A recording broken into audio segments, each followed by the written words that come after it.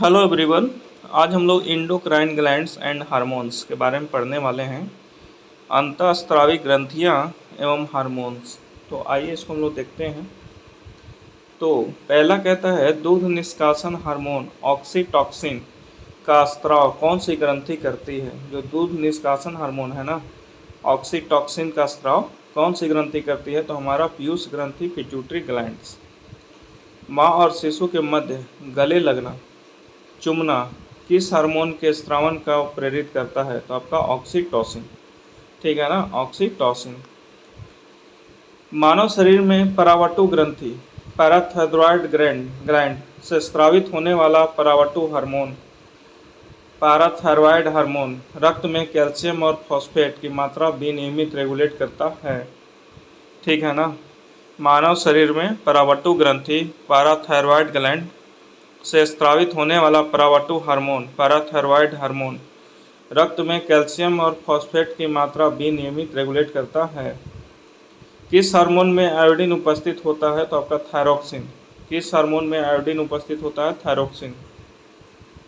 Insulin hormone किस अंग से स्रावित होता है, तो आपका इंसुलिन हार्मोन होता है अग्नाशय से स्रावित। मनुष्य में पित्त का निर्माण यकृत लीवर में होता है तथा पित्त का संचय पित्ताशय गॉल ब्लैडर में होता है। मनुष्य में पित्त का निर्माण यकृत लीवर में होता है तथा पित्त का संचय पित्ताशय गॉल ब्लैडर में होता है। थायराइड ग्रंथि को थायरॉक्सिन स्रावित करने के लिए उत्तेजित करने वाला अंतःस्रावी हार्मोन कौन सा है। थायराइड ग्रंथि को थायरॉक्सिन स्रावित करने के लिए उत्तेजित करने वाला अंतःस्रावी हार्मोन कौन सा है, तो आपका TSH thyroid stimulating hormone, thyroid stimulating hormone. लड़ो और उड़ो फाइट एंड फ्लाई के नाम से किस हार्मोन को जाना जाता है, तो एड्रेनालिन। लड़ो और उड़ो फाइट एंड फ्लाई के नाम से किस हार्मोन को जाना जाता है, तो एड्रेनालिन।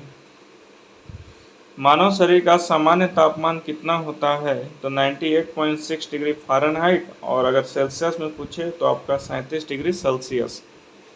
शरीर में अतिरिक्त ग्लूकोज ग्लाइकोजन में परिवर्तित हो यकृत में संरक्षित रहता है। जो अतिरिक्त हमारे शरीर में ग्लूकोज होता है ना, वो आपका ग्लाइकोजन में परिवर्तन होकर यकृत में संरक्षित रहता है। शरीर में कौन सी ग्रंथियां वाहिनीहीन डक्टलेस है, तो आपका अंतःस्रावी ग्रंथियां। शरीर में कौन सी ग्रंथियां वाहिनीहीन डक्टलेस है, तो आपका अंतःस्रावी ग्रंथियां। पशुओं के थनों में दूध उतारने के लिए किस हार्मोन का इंजेक्शन लगाया जाता है, तो ऑक्सीटॉक्सिन हार्मोन। मतलब दूध उतारना या दूध का स्रावित करना, ऐसा कोई क्वेश्चन पूछते हैं तो आपका ऑक्सीटॉक्सिन हार्मोन, और आपका ग्लैंड की पूछे तो पिट्यूटरी ग्लैंड, पीयूष ग्रंथि। ठीक है। मनुष्य में मधुमेह डायबिटीज रोग किस हार्मोन की कमी से होता है, तो इंसुलिन। अग्नाशय पैनक्रियाटिक को पाचक रस के उत्पादन के लिए उत्तेजित करने वाला हार्मोन कौन सा है, तो आपका सिक्रेटिन।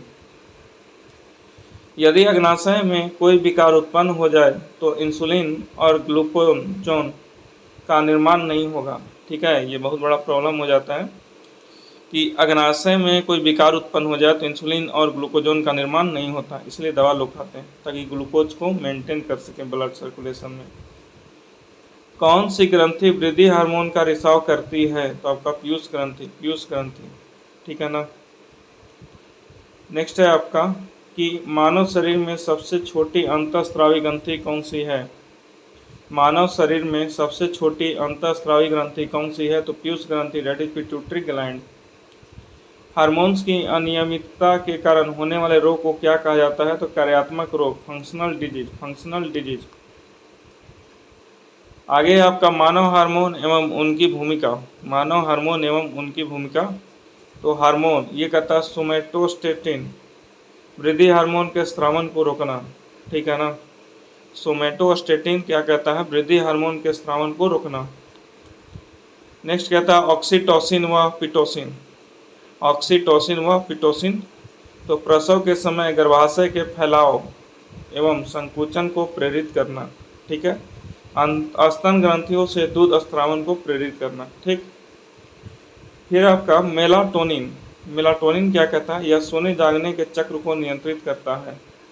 सोने जागने के चक्र को नियंत्रित कौन करता है, मेलाटोनिन। नेक्स्ट है एड्रेनलिन यानी एपिनेफ्रिन, हृदय स्पंदन, रुधिर दबाव व श्वसन का नियमन, और शरीर को युद्ध या पलायन के लिए तैयार करता रहता है। ठीक है, एड्रेनलिन।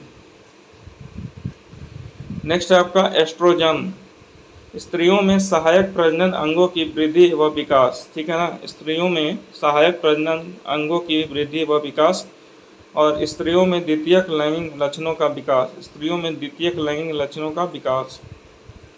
नेक्स्ट है प्रोजेस्टेरोन, गर्भाशय को भ्रूण के अधिरोपण के लिए तैयार करता है, गर्भाशय को भ्रूण के अधिरोपण के लिए तैयार करता है और गर्भाशय बनाए रखने में सहायक होता है। कौन सा है आपका? प्रोजेस्टेरोन। नेक्स्ट आपका टेस्टोस्टेरोन। तो टेस्टोस्टेरोन क्या कहता है? टेस्टोस्टेरोन कहता है कि पुरुष के सहायक प्रजनन अंगों की वृद्धि व विकास, पुरुष द्वितीयक लैंगिक लक्षणों का विकास और पेशियों के विकास में सहायक। We should remember about testosterone. पहला है कि पुरुषों के सहायक प्रजनन अंगों की विकास, सेकंड है पुरुष द्वितीयक लैंगिक लक्षणों का विकास और पेशियों के विकास में सहायक। नेक्स्ट कहता है रेनिन, एल्डोस्टेरोन के तो स्रावन को प्रेरित करना और प्लाज्मा प्रोटीन एंजियोटेंसिनोजन को एंजीटेंसिन में तोड़ता है जो हृदय की स्पंदन की दर को बढ़ाता है। ठीक है। फिर कहता है एड्रेनलिन हार्मोन के स्रावित होने से हृदय गति बढ़ जाती है और उत्तेजना एक्साइटमेंट का अनुभव होता है। एड्रेनलिन हार्मोन के स्रावित होने से हृदय गति बढ़ जाती है तथा उत्तेजना एक्साइटमेंट का अनुभव होता है। अब है आपका कि किस ग्रंथि को मास्टर ग्रंथि भी कहा जाता है। We should know about this, is very important. Master gland किसे कहा जाता है? तो आपका पिट्यूटरी ग्लैंड को, दैट इज पीयूष ग्रंथि को। वैसोप्रेसिन हार्मोन की कमी से कौन सा रोग हो जाता है? तो आपका डायूरेसिस। स्तनधारियों में दूध स्रावन को कौन से हार्मोन उत्तेजित करते हैं? तो आपका ऑक्सीटोसिन व प्रोलैक्टिन, ऑक्सीटोसिन व प्रोलैक्टिन। पैरोटिड ग्रंथि कहाँ पाई जाती है? तो आपका कान के नीचे। पैरोटिड ग्रंथि कहाँ पाई जाती है? कान के नीचे। मानव शरीर में सबसे बड़ी अंतःस्रावी ग्रंथि कौन सी है? तो आपका है थायराइड ग्रंथि। मानव शरीर में सबसे बड़ी अंतःस्रावी ग्रंथि कौन सा है? तो आपका है थायराइड ग्रंथि। थाइमस ग्रंथि द्वारा उत्पन्न होने वाला हार्मोन है तो आपका थाइमोसिन। थाइमस ग्रंथि द्वारा उत्पन्न होने वाला हार्मोन है आपका थाइमोसिन। गर्भ निरोधक दवाई के रूप में किस हार्मोन की गोलियां दी जाती है? तो आपका हो जाएगा एस्ट्रोजन। गर्भ निरोधक दवाई के रूप में किस हार्मोन की गोलियां दी जाती है? तो आपका एस्ट्रोजन।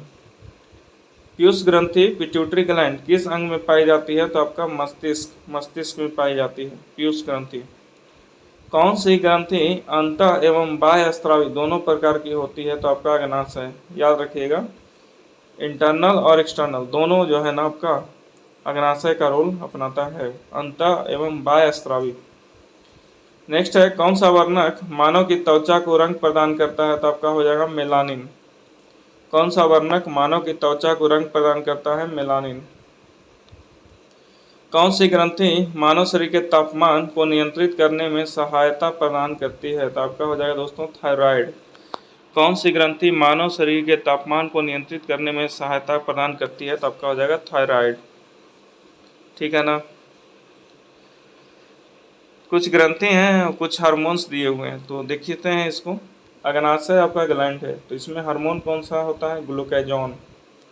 ठीक है, यही ग्लूकागोन आपका इंसुलिन को फॉर्मेशन में हेल्प करता है। अगर इंसुलिन नहीं बनेगा तो एक्सटर्नल इंसुलिन आपको लेना पड़ेगा, है ना, जो डायबिटीज का कारण हो सकता है। सेकेंड है आपका पीयूष, थायराइड उद्दीपक हार्मोन, थायराइड उद्दीपक हार्मोन। नेक्स्ट है आपका अधिवृक्क, कोर्टिसोल, कोर्टिसोल। और फिर आपका ब्रेक, ब्रेक हो जाएगा विटामिन डी। मनुष्य के नवजात शिशु को स्तन ग्रंथि से निकले पहले स्राव को पिलाया जाता है जिसे कोलोस्ट्रम कहते हैं। कोलोस्ट्रम शिशु के लिए किस प्रकार लाभदायक है? तो यह आपका शिशु को रोग प्रतिरोधक शक्ति प्रदान करता है। यह शिशु को रोग प्रतिरोधक शक्ति प्रदान करता है। नेक्स्ट है इंसुलिन में कौन सी धातु मौजूद है? तो आपका जस्ता। इंसुलिन में कौन सी धातु मौजूद है? तो आपका हो जाएगा जस्ता। मानव शरीर का कौन सा हार्मोन रक्त के फॉस्फेट वह कैल्शियम को नियंत्रित करता है, तो आपका हो जाएगा परावटु। मानव शरीर का कौन सा हार्मोन रक्त के फॉस्फेट व कैल्शियम को नियंत्रित करता है, तो आपका हो जाएगा परावटु। हार्मोन शरीर के उपापचय, वृद्धि, जनन, रुधिर दाब, रुधिर में जल और लवण की मात्रा आदि को नियंत्रित करता है। ठीक है ना। हार्मोन जो है शरीर के उपापचय, वृद्धि, जनन, रुधिर दाब, रुधिर में जल और लवण की मात्रा आदि को नियंत्रित करता है। आयोडीन युक्त नमक क्यों उपयोगी होता है, तो आपका यह थायराइड ग्रंथि का नियंत्रण करता है। ठीक है ना। आयोडीन युक्त नमक क्यों उपयोगी होता है दोस्तों, तो ये आपका थायराइड ग्रंथि का नियंत्रण करता है। नेक्स्ट है, यकृत एवं मांसपेशियों में ऊर्जा किस रूप में जमा होती है, तो आपका ग्लाइकोजन के रूप में। यकृत एवं मांसपेशियों में ऊर्जा किस रूप में जमा होती है, तो ग्लाइकोजन के रूप में। ठीक है ना। अब कुछ मुख्य ग्रंथियां दिया हुआ है इसमें, तो हम लोग देखते हैं इसको। तो दोनों अलग अलग है, इसलिए हम लोग जूम कर लेते हैं इसको 2-3 बार देखिएगा, इंपॉर्टेंट सेक्शन होने वाला ये। पहला है आपका हार्डरेनियन ग्रंथियां, हार्डेरियन ग्लैंड्स, नेत्रों में स्त्राव द्वारा चिकनाई प्रदान करना। ठीक है, नेत्रों में स्त्राव द्वारा चिकनाई प्रदान करना। फिर आपका यूटिकुलर ग्रंथियां, यूटिकुलर ग्लैंड क्या कहता है, काकरोच एवं कीटों के मादा जननांगों की ग्रंथियां, काकरोच एवं कीटों के मादा जननांगों की ग्रंथियां। नेक्स्ट है आपका आंत ग्रंथियां, इंटेस्टाइनल ग्लैंड, कशेरुकी प्राणियों की आंतों में स्थित होता है। ठीक है, कशेरुकी प्राणियों की आंतों में स्थित होता है। नेक्स्ट है आपका श्लेष्म ग्रंथियां, म्यूकस ग्लैंड, मेढक की त्वचा में म्यूकस को स्त्राव करते हैं। मेढक की त्वचा में म्यूकस का स्त्राव करते हैं। नेक्स्ट है ब्रूनस ग्रंथियां, ब्रूनस ग्लैंड्स, कशेरुक प्राणियों की ग्रहणी में संरक्षक प्रति अम्ल का स्त्राव करती है। प्रोस्टेट ग्रंथियां, प्रोस्टेट ग्लैंड, स्तनियों एवं केंचुओं के नर जननांगों की सहायक ग्रंथियां। ठीक है। फिर आपका काउपर ग्लैंड्स, स्तनियों को नर जननांगों की सहायक ग्रंथियां हैं। ठीक है। नेक्स्ट आपका वाइटेलाइन ग्रंथियां, जो आपका प्लेटी हेलमिंथिस प्राणियों के जननांगों में पाई जाती है। नेक्स्ट है आपका फीमोरल ग्रंथियां, ये आपका सरीसृप जंतुओं की जंघाओं पर पाई जाती है। और नेक्स्ट आपका फाइट ग्लैंड, स्तनियों की त्वचा में पाई जाती है। श्वेत ग्रंथियां, सुडोरिफेरस ग्लैंड, स्तनियों की त्वचा में पसीने की ग्रंथियां हैं। ये स्तनियों की त्वचा में पसीनों की ग्रंथियां।